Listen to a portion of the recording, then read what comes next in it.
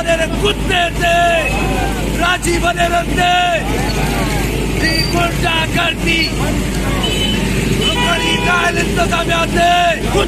मजीद चांडियो, हफ़ीज़ चांडियो, बबुलू चांडियो, इब्राहिम चांडियो, ये सब गॾिजी पुलिस की मार्फत पुलिस सां गॾिजी मुझे घर से कब्ज़ो करे मूंखे धक हयां अथनि, मूंसां विड़िया आहिनि पुलिस सां गॾिजी।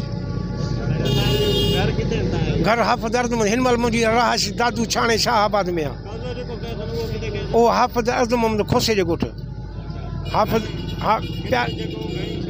माना तक़रीबन 1.5 जरेब जे अंदर में आहे मुझो घर। उते प्लाट आहे मुझो पियल, उन प्लाट ते इन्हनि कब्ज़ो करे पुलिस की मार्फत सां प्लाट ते लोढ़ो ॾिनो अथनि।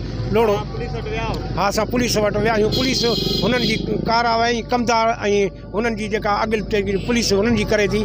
असांजी का ॻाल्हि पुलिस ॿुधण जे लाइ तयारु कोन्हे। हो चोर भी आहिनि, लोफर भी आहिनि, दहशतगर्द भी आहिनि। हिकिड़े माण्हू जे मथां 10 केस आहिनि जेके दादू कोर्ट में हलंदड़ आहिनि। हिकिड़े माण्हू जे मथां उन सां गॾिजी पुलिस असां सां ज़्यादती थी करे, धाड़ेलनि सां चोरनि सां गॾिजी पुलिस थी असां सां ज़्यादती करे।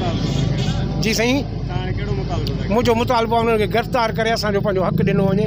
असांजो जेको बि राइट असांजो हक़ आहे पाड़े ओड़े वारनि खां पुछी करे जेका असां सां ज़्यादती थी आहे उनजो अज़ालो कयो वञे। असांजो मुतालबो इहो आहे।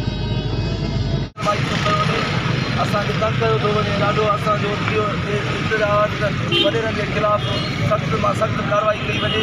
हफ़ीज़ चांडिए ते, मजीद चांडिए ते, इब्राहिम चांडिए ते, अब्दुल बख्श चांडिए ते इन्हनि पैसे जी ज़ोर सां रुकण इंतज़ामिया सॼो रुकण जो हिसे जो हुननि सां गॾु उल्टो असांखे धकणी असां सर्टिफिकेट आहिनि असां हर शइ आहे, पर असांजी का बि कार्रवाई नथी करे वञे। उल्टो पुलिस असां ते चढ़ाई कई आहे।